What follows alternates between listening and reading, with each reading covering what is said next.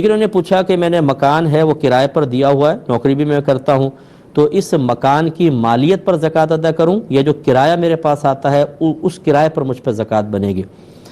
دیکھیں مسئلہ یہ ہوتا ہے کہ کوئی مکان ہے، دکان ہے، پلاٹ ہے، اگر آپ نے اس کو بیچنے کی نیت سے خریدا ہو، صرف بیچنے کی نیت سے، تو وہ مال تجارت کہلائے گا۔ اس پر سال بہ سال زکوٰۃ بنتی رہے گی، جب ایک سال گزرے گا اس وقت اس کی مالیت معلوم کریں اور 2.5% اس کا زکوٰۃ نکالنی ہوگی۔ لیکن اگر آپ نے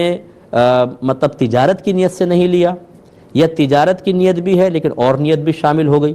مثال کے طور پر آپ نے ایک پلاٹ لے کے رکھا کہ 10 سال بعد اپنا مکان اس پر بناؤں گا، اس پہ تجارت کی بالکل نیت نہیں ہے، یا آپ نے پلاٹ لے کے رکھا اور نیت یہ ہے کہ اچھے ریٹ مل گئے تو بیچ دوں گا ورنہ پھر میں اس پہ مکان بناؤں گا، اس میں 2 نیتیں شامل ہو گئیں، خالص تجارت کی نیت نہیں ہے،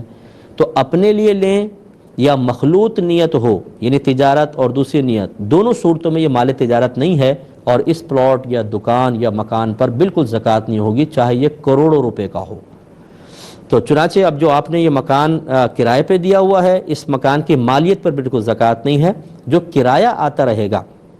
وہ دیگر مال کے ساتھ مل کر جب سال اس پر تمام ہو جاتا ہے تو آپ دیکھیے کہ بقیہ شرائط کے ساتھ اگر وہ نصاب کے برابر بن رہا ہے اور سال اس پہ گزرا ہے تو پھر اس کا 2.5% آپ کو زکوٰۃ نکالنی ہوگی ورنہ زکوٰۃ نہیں ہوگی۔